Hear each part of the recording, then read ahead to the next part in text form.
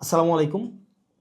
ধরেন আপনার এলাকায় এই মুহূর্তে আপনার পাশ দিয়ে বয়ে চলা নদীতে একটা লাশ ভেসে উঠলো। তখন আপনি তৎক্ষণাৎ পুলিশকে খবর দিলেন যে এই লাশটাকে উদ্ধার করার জন্য, যে এই লাশটা এসে উদ্ধার করে পোস্টমর্টেম করে যে আইনগত প্রক্রিয়া আছে সেগুলো মেনটেন করার জন্য পুলিশ আসলেন।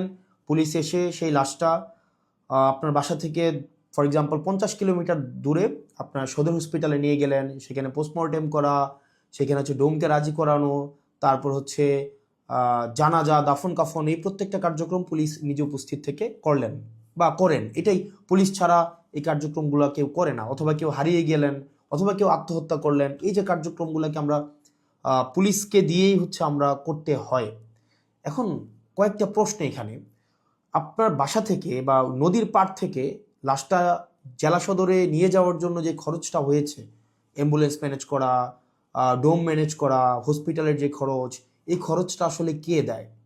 এই খরচটা দেয় হচ্ছে সেখানে নিয়োজিত যিনি দায়িত্বপ্রাপ্ত এসআই, কনস্টেবল বা যিনি যান, পুলিশের যে সদস্য যান, তাকেই কিন্তু এই খরচটা বহন করতে হয়। যে 10-15 হাজার টাকা খরচ হয়, তাকে এই খরচটা বহন করতে হয়।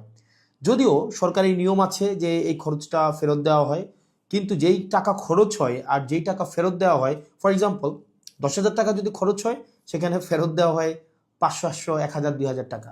তো সেটা দেখা যায় খরচ হওয়ার তুলনায় প্রাপ্তির যেই ব্যবধান, সেটা দৃশ্যমান অনেক বেশি ব্যবধান। তো এই পুরো খরচটা কিন্তু পুলিশকেই বহন করতে হয়।